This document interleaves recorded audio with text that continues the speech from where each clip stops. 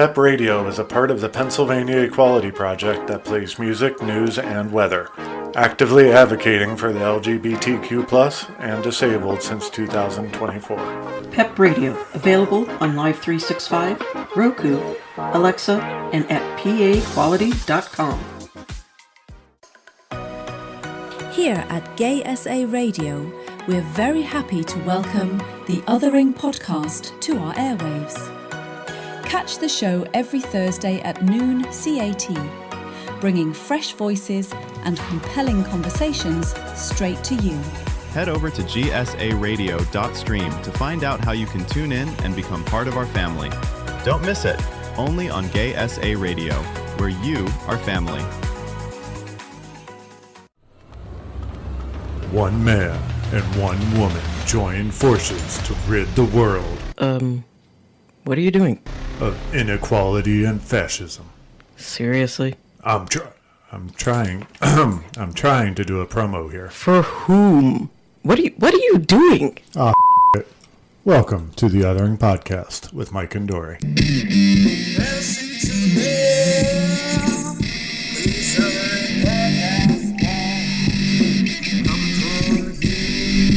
Hello. Hi. How are you? Okay, today we are talking to Kendall. Kendall is a mental health advocate turned mom and the author of the kids' book, Mom's Cloud and the Beach Adventure, which comes out next month. She is here to remind you it's okay to not be okay. Her background is in nonprofit and community development, creating inclusive, person-centered programs. Her personal passion is talking openly about mental health, disability, and the messy, beautiful parts of being human. Through her own autoimmune and mental health journey, she's built a space where we can grow, connect, and remind each other we're not alone in this. Welcome, Kendall. It's great to have you. And I would like to put in a little caveat that next month means January for most people. So when you hear this, the book will be out already. So make sure you guys go and buy it and all that fun stuff, because I'm sure it's going to be an awesome book and I can't wait to read it. Thanks. I also realize in us recording this early, no one will know that us recording this today is why the rant is late. Yes. Except, yeah.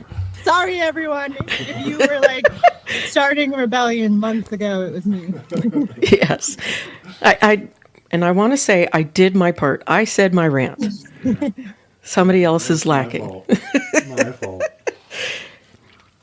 And I'm glad to hear that, you're enjoying my rants, because sometimes, you feel like you're just shouting into the ether and nobody's listening, nobody cares or anything.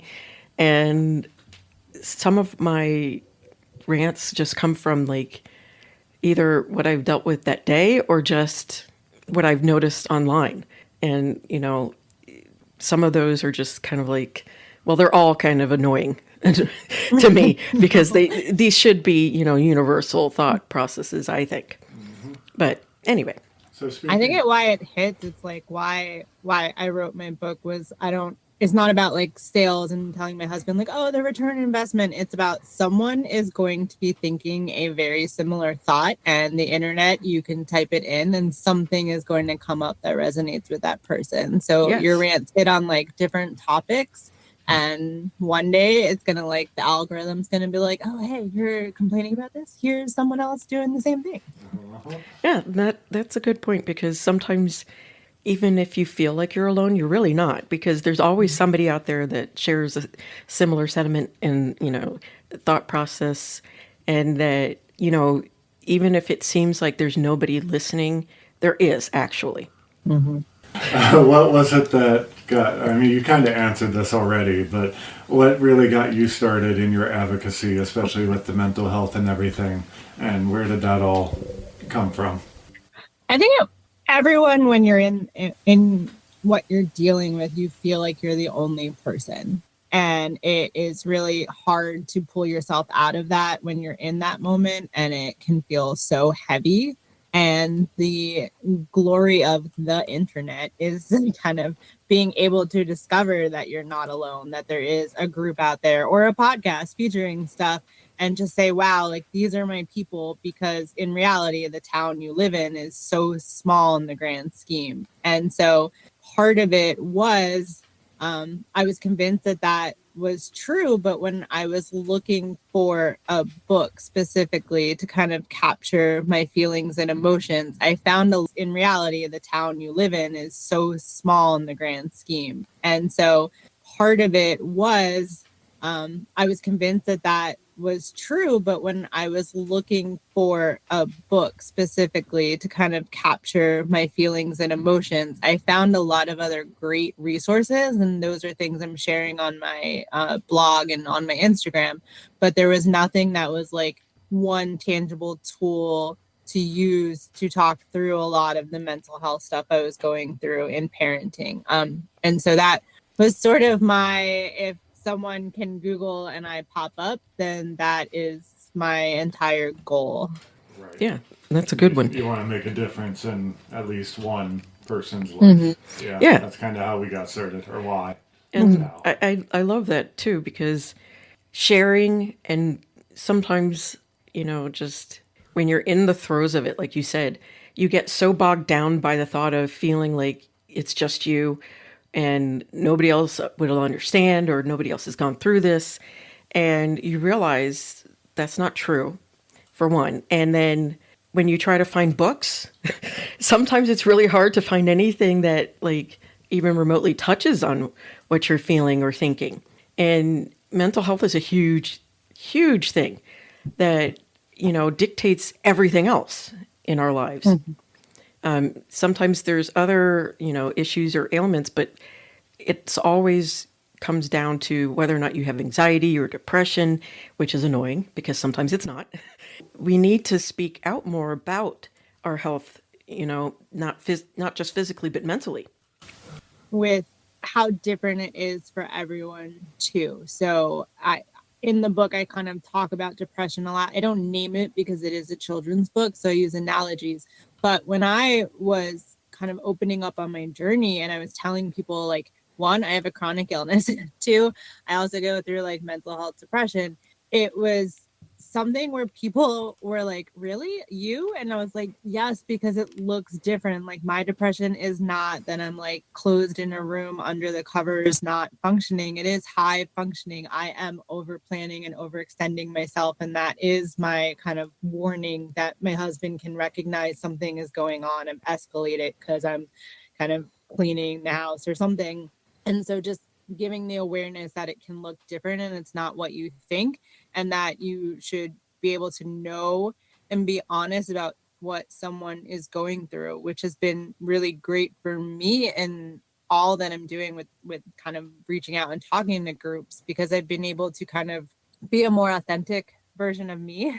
So, I mean, we have children. There are easy excuses to not go to things, but it's been really great to just say, like, hey, I'm actually having a flare up, instead of making an excuse and being able to say, no, it's my body, it's my illness. And then on using the cloud analogy, texting friends and being like, hey, I have a really bad cloud. I know we made plans and you're really excited, but I can't show up the way you need me to show up. And then we kind of talk through what that looks like. And so it's sort of like I enjoy any diagnosis because it's helped me to not have to make excuses and just say, this is what I'm going through.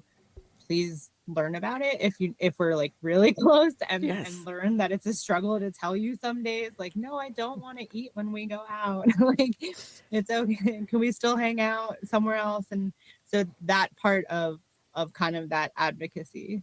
And I love that, because a lot of times we want to hide those things, or we feel like we have to hide those things because, society tells you you're supposed to be running on all 80,000 cylinders and be happy about it.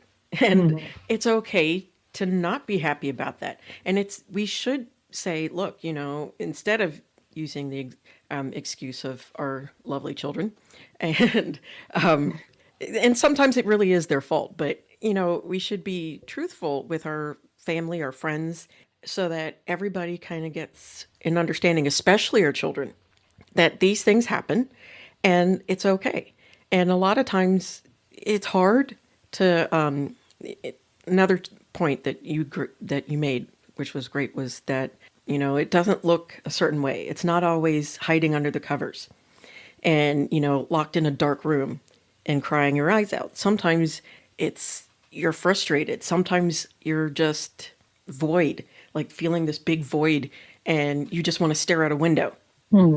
And we need to understand that there's different looks to it and that it doesn't, just one size fits all. And it's not to say that sometimes we don't want to hide under a cover and cry. But sometimes it's not easy, especially when you have kids, to just stop the world, so to speak. How was it when you were going through your pregnancies? Did you have? Okay. How was it for you going through that with, your mental health and the stuff? You had actually posted last week about like being the correct group and not fitting in. Oh, I did not make mom friends. Like, I knew that I did not want to be pregnant. Growing it, like sea monkey sensory grossness. I was like, I'm not gonna glow when it moved. And I say it, but when my children moved, I was like creeped out. Everyone want to feel the belly, and I'm like, oh, please don't. And then when I was kind of the hormones, they all change, and with the mental health stuff, it was like, am I doing this right? I'm not enjoying this. Does that make me like less of a mother? And you go through all that guilt and shame where you just want to tell people like, I just want it to pop out. I don't want to like carry it and stuff. And my husband, obviously, like if he could have done it, he 100% would. He knew how hard it was. Then I have the health stuff. And so my hormones were out of whack, and I just was like feeling miserable all the time. And my body didn't kind of bounce back, and we knew that going in, and it was hard to really be open about that. Now there's a lot of really great groups out there doing perinatal health, but it wasn't, I think, as like out there on threads and everyone talking about it and saying like it's okay to not enjoy every second of this. And I didn't, but I do love the results. Yes. I feel like we were the same way. We were exactly the same way. Like, honestly, I was not happy being pregnant. Like, I was happy because I was having kids. And that's kind of where the happiness, that was it. And like, I was not comfortable at all. I was miserable. I hated the way I looked. I thought I looked like, a bowling ball. And everybody else was just like, oh, this is so wonderful. I look so glowy, and all this happiness that you see in, media, all media just tells you you're supposed to be glowing and happy and thrilled. And I couldn't always be that way. Especially not when you're throwing up constantly for 3 months. Yeah, that too. Yes. That kind of ruins it a lot. And, just the whole pregnancy feeling like I needed to throw up. It's not fun. But as you said, I love the result. Don't get me wrong. I love my children, but the pregnancies were awful. I was bedridden for all 3 of them. And it just kind of doesn't give you that, ooh, I want to definitely do this again feeling, even though I did, but did it 3 times. But, we sometimes, I think you hit the nail on the head, though, is that we don't talk about that. And how we as mothers are supposed to always be 100% happy, 100% grateful for every single thing. And it's not to say I'm not grateful for my kids. I love them to pieces. But at the same time, if I could do it again, I would have loved to have had somebody else do it. And just I get the result of it.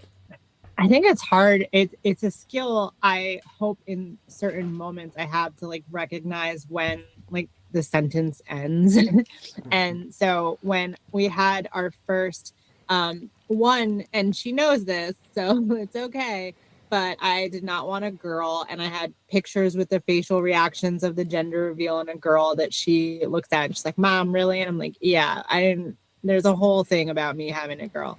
Then she came out and we didn't bond for the first 6 months because she had so much medical stuff with a hernia that she wouldn't cuddle. She didn't smile. She screamed all the time. And we would tell people like we were kind of miserable, and newborn parents are allowed to be miserable. Yep. Then it started getting better. And I told my husband, if we're going to have 2, we have to go right away. Because if she ever gets easy, I won't mentally be able to like put myself back in it. If we're already kind of down and out, let's just double up on it. And so then it happens. And like people, then you have 2 and they're like, when are you having 3? And I was like, what? Like, I literally just said I dragged myself to have the second one. Like, let's just end it there. And then they tell you like the silver linings of it and how she's great now. And I'm like, that is okay. But I also think it's realistic to tell people we had the worst 6 months with our daughter ever. And we love her at her current age. And we want to prepare mothers for that. So Yes. when they're kind of up at 2 a.m. going, I need to get away from this creature, then they're not alone. And they know it's like, you're not a horrible person just because you kind of emotionally feel different in this moment. Yeah. And I shouldn't have to hide behind also like saying like, oh, it's my mental health. I'm like, I don't know if that was the depression at the time or that was just like normal, unaware parenting. Because I think it's normal parenting, honestly. yeah, I think it is, to be brutally honest, that I don't think it really is mental health or anything like that. Just, Yeah. I mean, it's a whole new human. You just grew a whole new human. Your hormones are now trying to regulate back to whatever they were before, if they even do that. And you've got this tiny human that's looking to you for every single thing. And that's something, again, that's not always talked about, is that's a terrifying thing. Mm-hmm. This tiny person needs you to feed them and to clothe them and to dress them and to protect them, and from not just elements but from other people or animals, and not just for a couple months, for Right. the rest of their life. yeah, and it's a daunting task. For the rest And of your life, not it's their life. it's terrifying Hopefully. to think in those ways at times. And when I was going through it, I too was kind of like, you know what, I wanted a boy first. And when we had our eldest and she came out a girl, I was disappointed at first. But, it's not to say I don't love her to pieces. I love her to pieces. And she was too easy, way too easy. We had to wake her up to change her and to feed her because she would sleep. And we got used to that. And then my body just didn't cooperate. And then we had our middle child 4 years later. And that was a disaster. I went into early labor very early, like at 20 weeks. And he stayed in the NICU for 6 to 8 weeks. And You didn't give birth at 20 weeks. oh, no. I gave birth at 30 weeks. But it was still a terrifying moment. So now I've got a little person at home, and then I've got a newborn baby that I can't even truly bond with because he's got to be in the incubator. And all I can do is just touch his little hands. And nobody talks about how you navigate those things. How do you, stay happy for your other child who's at home, who needs, their mommy, but at the same time, grieve for the fact that it feels like, at least to me, that my body completely failed me. That was my exact experience. Like, we were really excited. My son started coming really early. We kept going to the hospital and they give me beta blockers and they joke like, shove him back up there. And then they just told us like, he has to come because you're going to be walking and he's just going to pop out. And he came super quick once they kind of let me go. And then we ended up in the NICU, and it was just all of these emotions, knowing that I had health problems. It was, did I grow him wrong? Did I do something? Then it was like the mental health stuff of like, I can't hold him. I can't do anything to kind of relieve and kind of cuddle with him. I did just discover an author who has a book called Waiting on Max, and it is literally the journey of what do you tell your kid at home when they're waiting for their sibling to come home. And I was like reading it, like crying because I was like, I needed this in the NICU. And my son's name is Max too. So I'm like so happy to have connected with her now, because it's just this like, thank you for being there for the next person who needs to search this and talk about it. But there are so many like terrifying sides. And then you hear someone and you think your story is like the worst thing ever. And a friend tells me their story, and I was like, wow, ours like is easy to Yeah. them, but to us, it was like the most terrifying thing that happened in our life. And I do want to touch on that too, is that we do compare a lot. And we shouldn't, I know it's human, so I'm not going to say we shouldn't do it.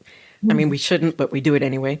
But just because somebody has it worse or better doesn't negate how our feelings are, what our feelings are and what happened for our birthing stories. Because sometimes you get that feeling between other mothers who had it, easier, and they just popped it out, and what's wrong with you? Why didn't you just pop them out and have healthy 10-20 pound babies? um, and God forbid anybody has a 20-pound baby, because oh my God. But we have to touch on all of it. Yes, there are moments where it's a great feeling for you and you should be happy, but we have to also hold room for those of us who just didn't find it great and wonderful. And that is okay, because so many times you see all these movies where they're cradling their baby bumps happily and, ooh, the baby kicked, come feel this. And everybody's always just so cheerful.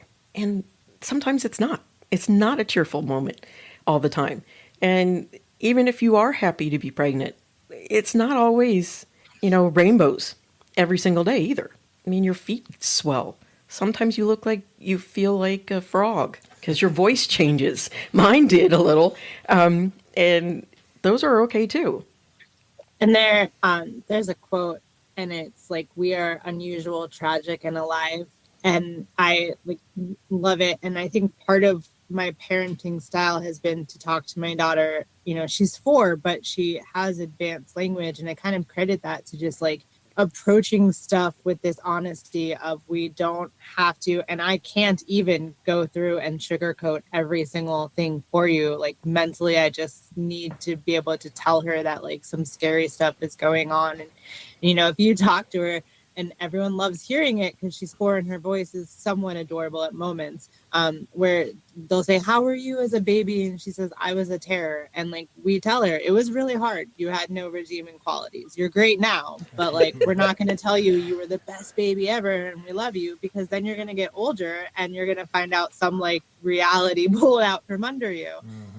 We did like journal. We had a question of a day book, and we like wrote stuff while we were pregnant about like how it felt that day with her and what was going on in our world. And we do that now with them. And that was part of what do I do with this book. The cloud started as a cloud pillow in the house to show her like, mom is just having a day and I need to fully like sit and cry or yell or be frustrated or something, because the emotion going on with the depression kind of was peaking and snowballing. And so I would pull it out and show her and say like, I just need to feel all of the feelings right now, and it's not you, and you don't have to solve it. Like, you don't have to sit here, go play and enjoy yourself, but just to be intentional about what is going on in the world around us. And then it helps because she's the oldest too.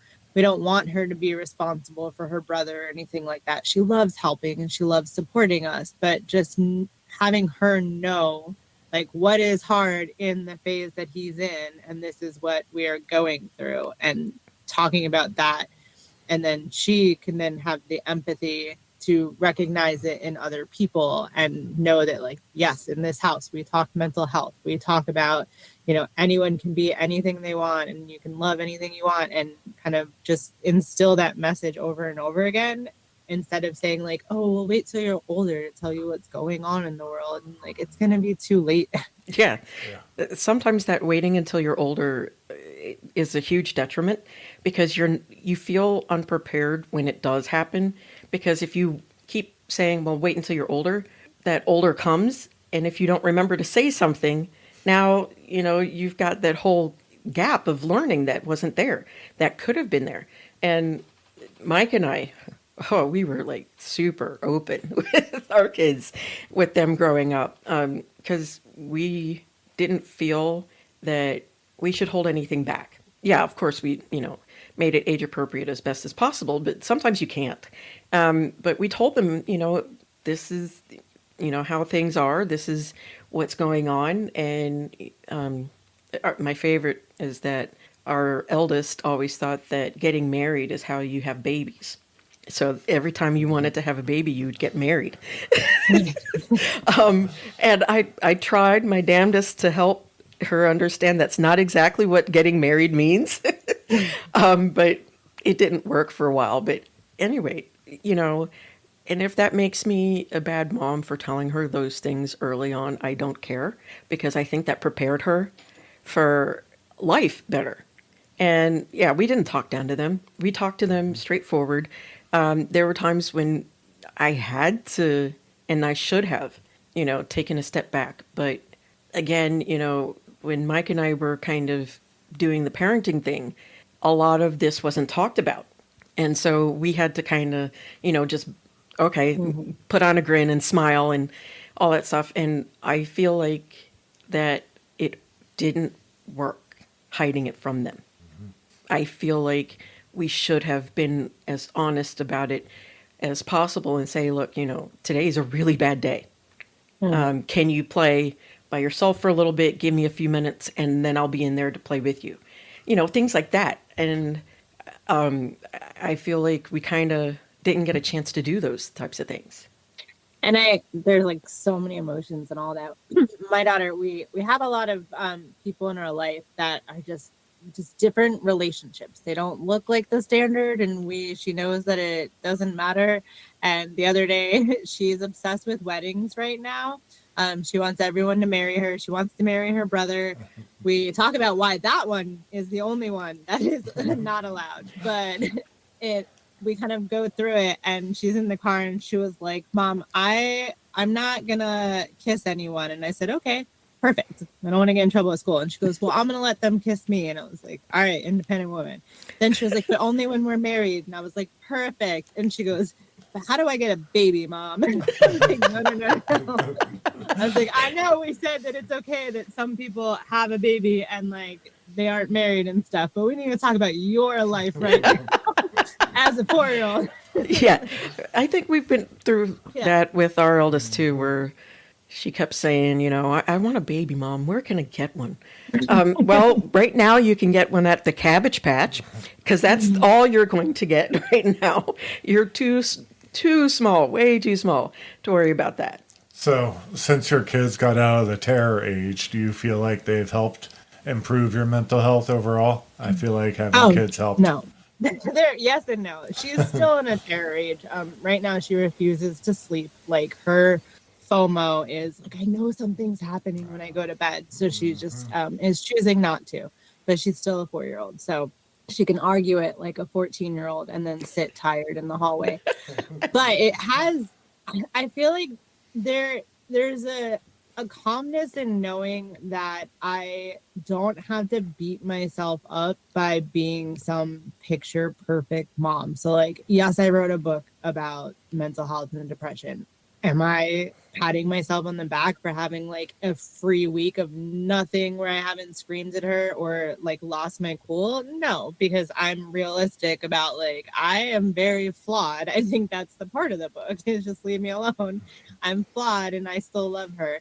But we've been able to have a language that for me is kind of like generational cycle breaking, where it's like, yeah, I will yell at her and then I will turn around and say, Mom lost her cool. Do you know why I yelled at you? And like, let's talk about what happened. And I also kind of prepare her for that. So if I tell her, hey, I have a cloud right now and I'm not doing well, if you keep interrupting me, like, it's not gonna kind of go well. And so then if I in that moment snap, then I tell her, like, we talked about this, like, when there's a cloud, I can't kind of be the best version you need, and I don't want to play horsey 8 million times and stuff. Yes. And so our openness has been to share with her why we're making those mistakes too. And like, yeah, people are going to argue that she's too young and that, but at the same time, it's nice at home to be able to tell her, like, she got home from school today and she said, do you want to play trains? And I said, not really. Mom needs some time to prepare for some stuff, and kind of tell her why. Like, I had a hard day. Can you go play this by yourself? And have her kindness kind of come back and say, like, okay, I'll check in a little bit. And so she knows she can also come to us and tell us, like, she'll tell us, I'm having a moment, and I'm like, yeah, you are, and kind of at least she's advocating for herself. And then it also gives me the like, okay, I'm gonna leave, you have your moment, go to your room and kind of scream and throw whatever you want in there. And so it's been like, it's worked better for us than to have to kind of be that like, no, we're your parents, do what we say. And we're like, no, let's just all kind of be messy in this and figure out what works for them and what doesn't work for them. And a lot of it doesn't, but some does, and it makes it kind of feel better. Like, that's my achievement in this. I think that's beautiful. We should live in the messy, because it's hard raising, tiny humans that have their own autonomy and thought processes, and sometimes they're a leap ahead of what their body is. And, giving them that advocacy early is brilliant, I think. And I think they'll be much, much stronger as they hit teen years and adulthood, where, other shit comes at them, and they'll be able to withstand those much better than I think if we just hide it and, don't tell them anything. And like, for instance, with our kids, like I said before, we told them everything that, if they asked. I didn't necessarily just say, hey, here's what this is, and kind of thing, but I would wait until they asked, because then I use that as the cue as, okay, they're interested, they're going to want to hear it, and let's go. And I would just be honest. I didn't sugarcoat it for them either. I just told them the truth. This, if, like, for instance, they asked, why don't I have a penis? And it's like, well, you see, because biology, and, I went through all of this thing, and I said, that doesn't make you any less of a person. And it doesn't make you any more of a person just because you have a penis. And, all those conversations and understanding that they're going to have temper tantrums. Oh my God. Do they have temper tantrums? And as a mother, as a parent, as a father, whoever you are, sometimes you have to allow yourself to have those tantrums too. I think we all, as a parent, know there's going to come that first I hate you. Like, we said it to our parents. And my daughter, actually, she said it like last year. So I was like, damn, I didn't think I was going to get it at 3. But she was like, really, she didn't know what she was saying, because we did sit and talk about it. But I think that was part of the whole being open with her, is like, when it does come, I just want to know why she hates me, so then we can work to fix it and not have like when we sync up, it's going to be a lot. So she said it, and then I was like, do you know what it means? And she goes, no, but I know you don't like some things like birds. And she's like, so I don't like you right now. And she was able to kind of say why. And it was like something we did as like real parenting. Like, we didn't let her like touch a stove or something ridiculous. And I was able to be like, okay, like, good job. You're mad about this, but let's kind of talk through it. And I was like, oh, that came really, really early. And my husband's like, how you doing? And I was like, I guess it's okay. Like, we've been working on all of this stuff behind the scenes, and she just kind of like years early. But that's why you need to kind of like approach it with them. Those moments are gonna. And how dare you stop her from touching a hot stove? I mean, really? I don't even remember what it was, but I also love those moments. Like, we have a few videos where I'm like, no, I won't let you eat dog food. And then she's just like, no. I'm like, yeah, we'll talk about this. Yes. I feel, our sons ate the cat food.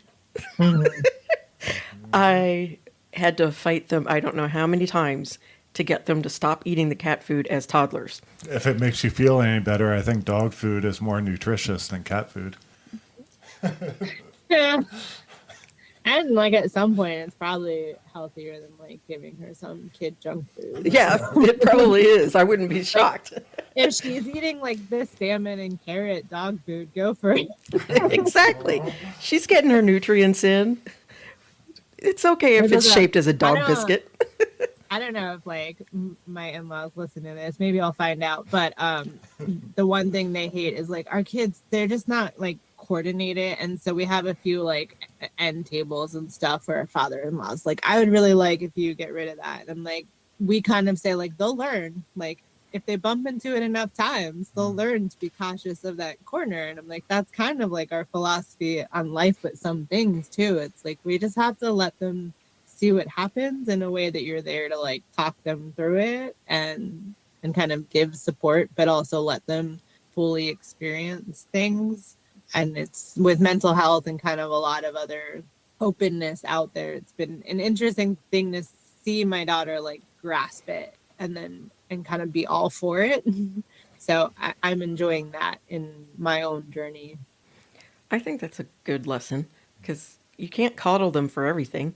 I mean, we can't, be there 24/7 to, oh, they're going to fall and, jump underneath them and catch them.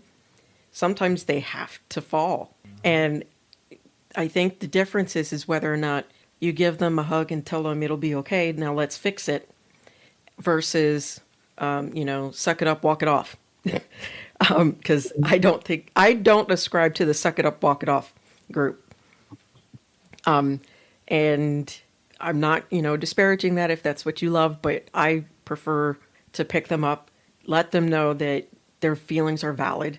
You're allowed to feel this way. You should feel this way. You should, share your emotions, because bottling it up doesn't do anything. Mm-hmm. And honestly, the suck it up, walk it off is kind of how I ended up in a wheelchair anyway. So I really don't want them going that route. Now we have taught them, like, when they fall, we just go tumble, so they like can get up and run on their own. But the kind of, what are they also recognizing what they need in each moment, I think is key, because my parents had a very one way is their way of doing things, and it feels nice to have moments where I'm like, well, I think she needs tough love in this moment, but I think she really needs me in this moment, and knowing the difference of what that looks like for them, and have her have empathy that way too, because the stuff they pick up on that, everyone says, oh, they hear everything, like they really do pick up on it. And if one thing with the book is a lot of it when I was first doing it was people like trying to edit it down. And I was like, I don't think we need to talk down to our kids with this. I think we need to talk to them how they can understand and then see what they grasp beyond that. Because my daughter helped write some of the lines for it because she knows how to react on her own. And so like she's learned with my mental health stuff that it really takes like an emotional toll. Like I am not the same person. I have been for a year dealing with like miserable doctors who have told me awful things and have not just sat and listened to me. And then kind of your health kind of flares up around it because you're not getting the advocacy you need, but you're paying for it. And so I've had a lot of stuff going on that she has recognized as a frustration. And now it's Christmas coming and we're having our annual cookie party. And I haven't said anything about the toll that's like emotionally taking on me because I can't eat half of this stuff. And I have to be like, I'm kind of like nervous about it. And she noticed we invited everyone and she was like, but Mom, you don't really eat cookies anymore. Like, do you want to do something else for the party? And I was like, wow, I didn't think she like heard me kind of complaining in the kitchen while we're cooking and stuff.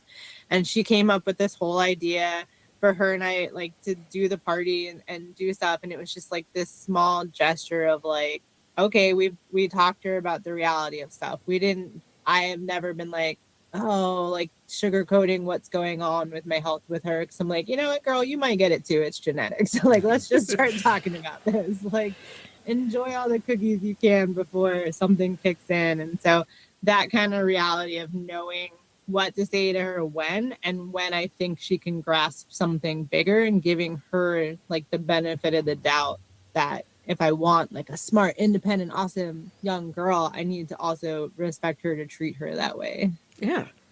I think that's awesome.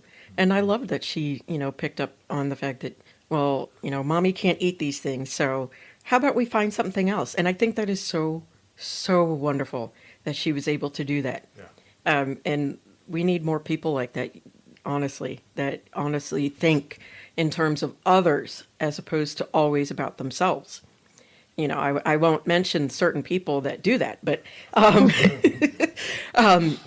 we have to think in terms of other people because that's how we actually thrive. We thrive better when we think of other people. We end up happier. And, studies even back this up. It's not just, me pulling it out my ass kind of thing. But studies do back it up that when you actually have that feeling of a village of people, different ages caring for each other, life is so much easier. It makes you feel less alone. It doesn't, totally get rid of course, mental health, because that's genetics and environment, but it helps immensely. For sure. Yeah, I have a lot of like chosen family in my life, and I'm also I'm not religious in the least, and we did pick a really great school for her, and and they're religious, and it's pre-K, like kind of early learning, but I knew we loved everything that they do, and so occasionally she'll come home and she'll be like, we learn prayers and stuff, and I tell her like, Mom just doesn't do that, and she's okay with that. And we were talking about it, and she was like, well, Mom, if you don't pray to God, like, what do you do? And I was like, I don't do anything. But my husband had kind of started talking about it. And he talks about how our faith, because we also had to fill it out for like a form for something, is like our faith is the community that we build around us. So the chosen family that we have found to accept like who we are and what we need, and to have like the capacity and compassion for us. So our faith comes from, like, in a cliche, like who we're filling our church with in our own aspect, and know that like if something is going wrong, like here's who we can turn to, and here's also like the mantra of our life that is meaningful and intentional for us that we can put out there. And it only exists if you do like build the village around you, because parenting, I would not have been able to do it. Like I have talked about before, like I did not want to be a parent because all the mental health stuff, and it wasn't until 1 year I had like a really great group around me that kind of was showing me how much I was doing in my life and how strong I was, that convinced me like if they're all here for me, then I can do this. And if I go through the worst fears ever, which I did, I had a horrible miscarriage, I had the hernia with Alma, and Max came early, but I was only able to get through it because we had people who understand what that meant to us. And then in raising them, we have people who understand like this is the values we want our children to kind of build on, and this is what we want to take them to and have them experience out in the world. And if you want to go with us, there's always an open invite, and if you don't, then just like come and go with what's comfortable for you. I love that. I really do. And like that's truly, honestly, I think the best definition of faith ever. Like belief in not only yourself but of other people to be there for you. Because, not to disparage anybody, but I'm sure somebody's going to take it off. But just praying to something that you can't always see or feel or even notice that they're there doesn't help. When Mike and I had our miscarriages, praying to God didn't comfort me. It hurt like a motherfucking bitch.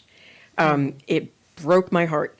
And the idea of, well, just pray it away and it'll be better. That whole idea sickened me in a way, because it's like, but that doesn't help me here right now. The whole, well, God has a plan for you. I don't care. I was going to say that one. I was like, it's one of those hard things. Like if you are telling me God has a plan and a purpose for this, what the fuck is this problem? Right. Like what is this problem with me as a person that I deserve this in this moment? And then they like, to challenge you and give you strength. And I was like, I already have depression. Yeah. He already gave me some challenges. Like, let's talk about this. Exactly. So. That's exactly how I feel. It's like, if that's the case, then what the fuck? Honestly, just what the fuck? There's other ways to challenge me without having to take away a child. There's other ways to, get a point across without causing so much heartache. And so it's not to say that I don't believe in him, but at the same time, it's just, sometimes it's hard to really, when you get those, well, just pray, or God has a plan for you, or it's for the best. Mm-hmm. Who's best? And so those platitudes don't really do anything. And when raising kids, praying to God sometimes, yeah, it has helped me to be able to not want to, commit murder. But at other times, it didn't do anything either. And so I think having the ability to call on somebody and say, look, I'm having a hell of a day. What would you do in this situation? Or can you tap in? And that, I think, is more of a true faith than just, praying to the ether. That's I know there's like no what would Jesus do, but I had talked about like my therapist. I would always say like what would a normal person do, and she would fight me on like using the term normal person, not being myself included. But then I started kind of founding it with my one best friend and was like, what would Abby yell at me in this moment? And so that's been kind of my like grounding. Like I have those people where I'm like, I can just kind of question the planet and everything and say like, if I am really depressed about this and I want to like process my emotions and blame myself or blame something, like what would they tell me in this moment to kind of pull me out of it and say like, let's just sit with it. Let's just curse about this. Let's just kind of feel it all right now and go through it. And so it's like I do kind of repeat that in my head all the time. Like, oh, they're going to yell at me or something. And that it kind of feels more grounding. Yeah. Because you have to then be accountable for your thoughts in a way too. Right. Because, I mean, going by what would Jesus do? I don't know. I didn't talk to him about this. He didn't answer me. And I wasn't alive when he was. So does it matter? That's the sometimes. Thing too. Like the time period change, right? Like in parenting, I get a lot of grief from my family about some of like parenting choices, and people will talk about it and what we're doing and like Montessori style learning and mental health learning, taking our kids to drag shows, like all this stuff. And I'm like, let's just look at the timeline too. Like you didn't have this in your day. So you didn't have to make a choice to like do this or not do this. And now that it exists, and now that we can look down and make decisions and do this, like I'm gonna do it. Like yeah. So that's part of it too. I feel like when you're stuck on faith, you're stuck on like kind of like old information, and It's like, let's look at if it came out today, how different it would be with the updates and the re-education and like yeah, exactly. And I mean, Jesus probably would have been at the drag races and drag queen shows, and he would have been enjoying himself too. But again, that was over 2,000 years ago, those events. So we have to also think in terms of, well, what's happening now?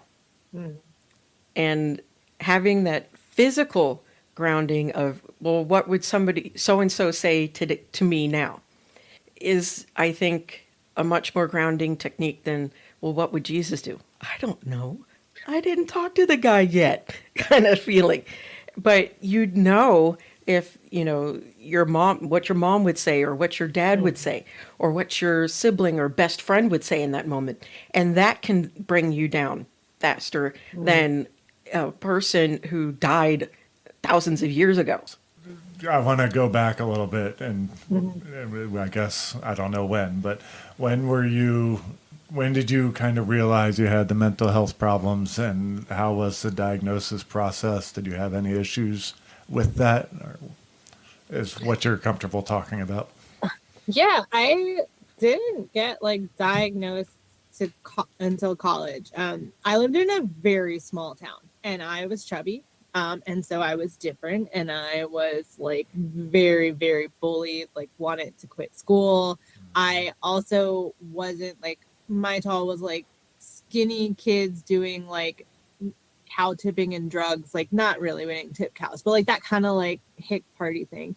And so I loved reading fantasy books. I loved going to the library. My mom was like a huge Hobbit fan and everything. So I did not fit in there. And for so long, you don't know that it's like the depression kind of was growing and growing. And I just thought it was because I didn't fit in my area. And then kind of went to college and started to just see some patterns of just feelings and kind of waves of emotions. And, you know, college had more mental health resources. So you like get a flyer and you see like, oh, hey, this sounds like a lot of what I experience, and just like self-doubt and like high functioning anxiety and stuff.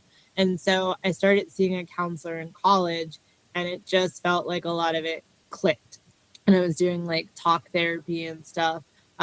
Then, you know, like out of college, I went through some really big like health swings, and I had to like specifically be in therapy after like recovery from like being in a hospital for a long time and stuff. And so they had me seeing someone's just kind of like get back to who I was. And that's when at the time they said generalized anxiety disorder. And I was like, okay, went with that, did all the resources, and when it came, for a while it was like pretty good, and I was just seeing a therapist because it had been like routine, and you just check in and you have better updates, and kind of stepped away from it for a while.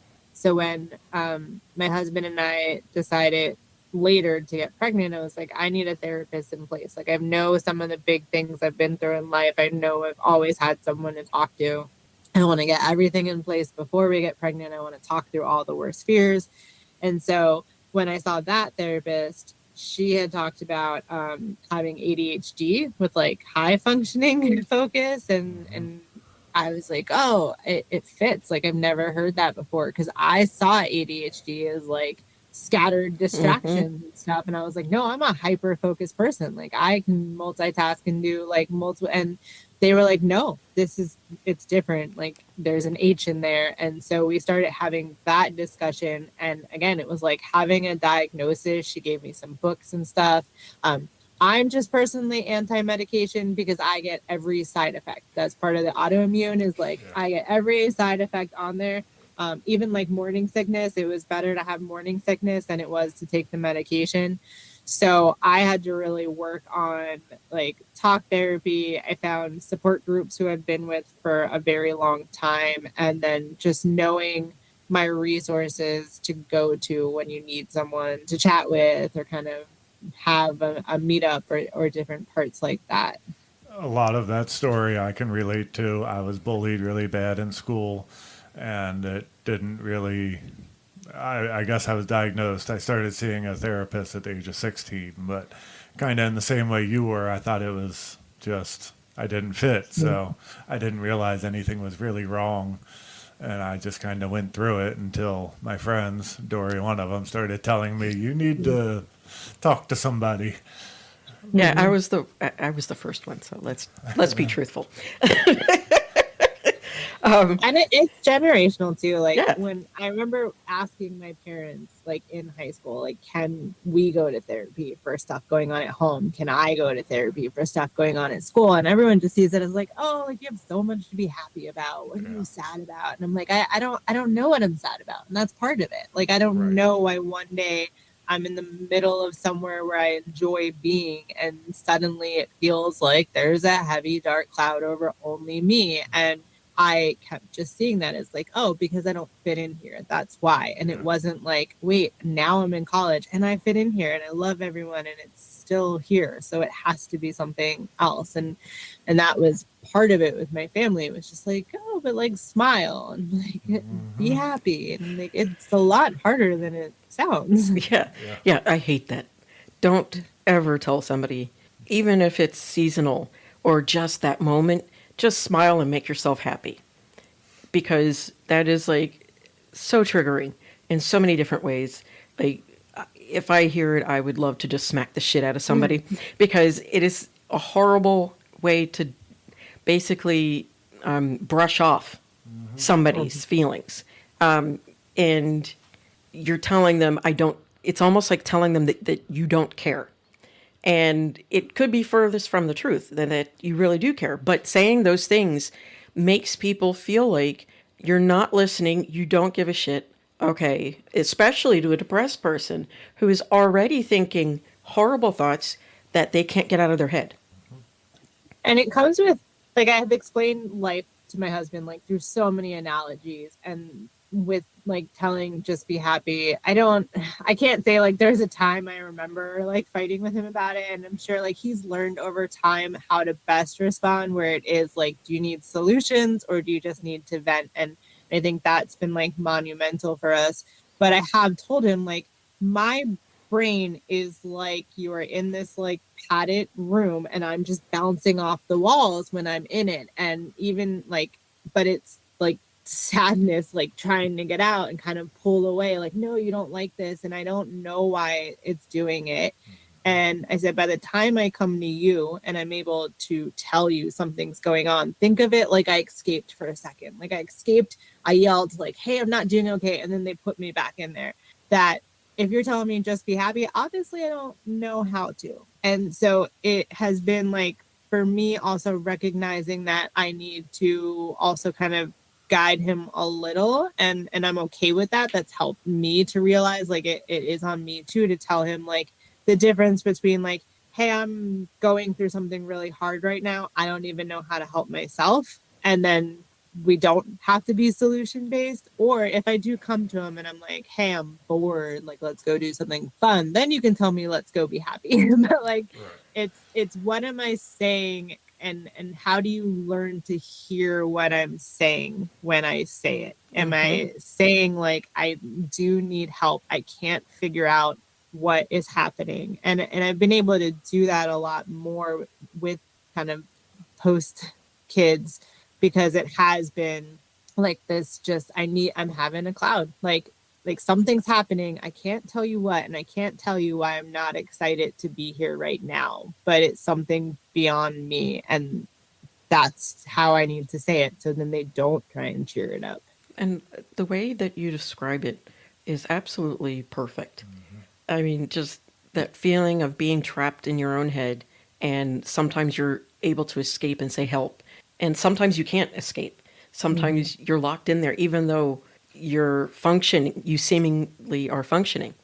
But that is so true. It is exactly like being locked in this padded room. Sometimes you're bouncing, sometimes you're just rocking, but you can't physically manifest those same, movements to indicate to somebody else, hey, I need help.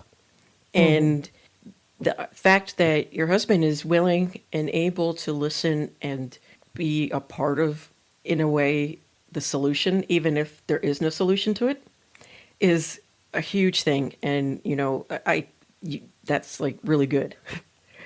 Because we work on it. I have had to say sorry a lot. I realize he won't say I drive him crazy with it, but it is hard. Like, it's hard having someone who has mental health, and I tell him like, I don't know how to help myself. If I did, I probably would just, you would solve it, right? But that's what everyone thinks, that you can just solve it. And so it's learning to kind of live with it. And so sometimes it is hard, because I know if like a really bad cloud is there, I will turn to him for help. And he's like, how do you want me to help you? And I feel so bad, because I was like, I don't even know how to do it myself, and now I'm putting it on you. And so that's why we do, like, I love promoting therapy, because we do have moments where I'm like, hey, I am really sunny today, so can we talk about like what we should do next time a cloud comes, to like just be ready, because when I'm in it, I can't like be out of it. And so we've failed at it, and we've had really good times at it, and we have like things that we kind of talk through and are getting better at. But it's just being someone who is okay to know that that is how we function together, and that it is going to look really horrible sometimes, and other times it's going to look really, really good. And that's why we're kind of still around. And I think that's a good thing. It's not going to be perfect.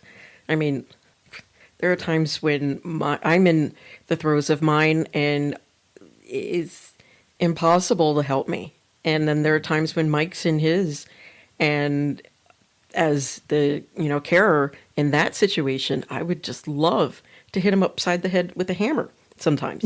But the thing is that we talk, so that, not only does it help him to kind of voice what's going on in his head, but it also helps me, because then it's like, okay, I know what I can do then to help you, because that helpless feeling of watching your loved one going through the throes of depression is, for lack of a better way to put it, depressing, because you feel so like you can't do anything. And being able to kind of, share it with each other kind of, I think, helps lift both of you. And to put it that way, I mean, if we both have depression and we know what it feels like to be in depression and still can't help each other with depression, imagine how it is for someone that's never had depression and doesn't know what that's like. I mean, that's huge to be able to help you and make a difference like he does and be able to figure that out. Because, yeah, like you said, we can't figure it out ourselves. So I give him a lot of kudos.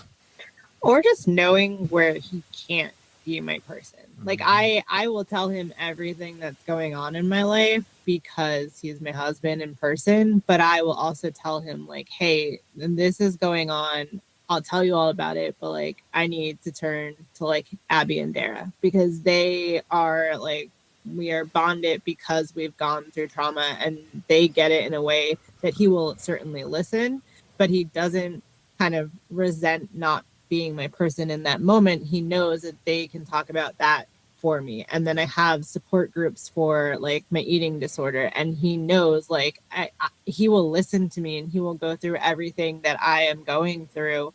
But he knows that like I have to make time to go to group because if I don't get to talk to that group, I don't feel like complete in having someone like really be able to kind of pull me through and hear it.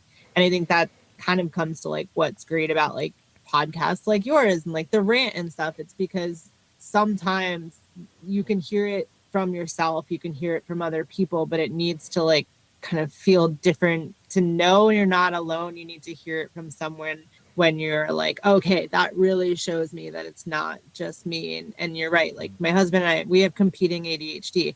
His is the like distraction, procrastination kind where he can just never come back to anything. And I will hyper focus on stuff. And it's been described that we're like up against the back in a duel and we walk away and like, who's is worse in this moment? And I'm like, all right, but it's learning like we can help each other. We can try and help ourselves, but we do need that village to say like who's kind of taking on this, what's going on and who's going to be there for you. And that's why the more people that are accepting and having the conversation kind of almost like a safety net. Like I know that there's someone I can call for this or do for this. And when your kids grow up, if they have problems, that'll help both of you be able to help them too. Yeah. Mm-hmm. And there is stuff like we've jokingly talked about, like we know there's stuff my husband and I, we just don't like, it's not our kind of genre. And I'm like, well, they have aunts. And so like, if they really want to call an aunt and talk some of that through because their parents aren't like, oh, we're not like Faith. If she wants to call the side of our family who like wants to go to church with her, take her to church. Like I will respect that she has that group of people for her to get her through that. And so it's kind of teaching her through what we do too, is like, this is who we turn to and kind of find who you need to. Yeah. And that's a brilliant idea too. And because sometimes even if you are that the person, you can't always help. And sometimes you don't understand because, there's always different things that people go through that isn't always universal. And even if it is universal, because it's different aspects of it, you need somebody who understands that. And sometimes it's hard to. And having that village to be able to turn to, and we told our kids as well that, if there's something that you can't tell us specifically, or you don't feel comfortable coming to us for, which I hope never happens, but if that is the case, you can always tell your grandparents, tell your aunts, tell your uncles, talk to somebody, find somebody in your corner who you can, who will listen to you for that in the event that your father and I aren't those people. We're running out of time. I know. It went too fast. It went way too fast. And there's so much more I want to talk to you about because, this is awesome. And well, when the book comes out, I'll have to come back. Yes, definitely. I'm inviting myself back. Yeah, no, please invite yourself back. I don't mind at all. And We would then love to. I'll tell you how it's gone in like launch and what conversations I've had with people at booths and stuff. Awesome. Yeah. Yes, that would be awesome to, have you come back and talk to us more. And there's more I would love to talk to you about if you don't mind. Because you mentioned your eating disorder and, your autoimmune. And, I would love to talk about those topics as well if you don't mind. Yes, I will say, I think that's the first time I've like said it. I've been on a lot of podcasts. I think it's again the fear thing. There's like it looks so different, and I'm in a group and like we don't actually like say what your thing is because we don't want to trigger anyone. Right. But it's been like one of those things where it's kind of like I find this like I will say I have it, and if someone hears it in passing, I would love if they stop and ask me like, what is it? Because it is like food and going out to eat with people and going out to places and having family dinners and stuff. It's such a central part of our existence and life, and you never know like what someone's going through. And like Yes. mine like somewhat linked to the extreme bullying and somewhat linked to like health stuff, and being able to kind of open up and having recently talked to my friends about it and just say like, hey, I want to hang out. Can we just not include food? It was like liberating in the sense of we shouldn't have to lead with our diagnoses, but we can just find a way to kind of end that sentence as like, hey, I want to hang out. Just don't want it to be food. And that should be the end of that conversation. No, I understand completely. And I'm just, the only reason why I'm asking is just, in this part, we can edit out, is because, part of it is the science. I love science. Mhm. And part of it is I just want to know more about it. I want you comfortable. That's 100% our biggest thing is, talk about whatever the hell you want. Do you want to let people know how they can find you, find your advocacy work, find your website? Yep. So at Instagram, I'm at Cloudy Day Chronicles. And then I have a blog, cloudydaychronicles.wordpress.com. And on there, I have like open share blog stuff. I have resources. I have where I'm kind of appearing and where the book is going to be available for purchase. I do have an author site coming soon, but I'm doing it myself. So I have not figured out the little kinks to publish. So go to cloudydaychronicles.wordpress.com. That one's not going to change. Yes, and definitely follow her because she is awesome, and I can't wait to read her book. And thank you so much Yes, for joining thank you. us. Thank you. It's Thank been an you. absolute pleasure. Thank you for listening to The Othering Podcast by Mike and Dory. Please like and follow us on all of your favorite social media. The Othering Podcast is produced by Loudcore Productions, graphics by Josh, and music by Jordy James.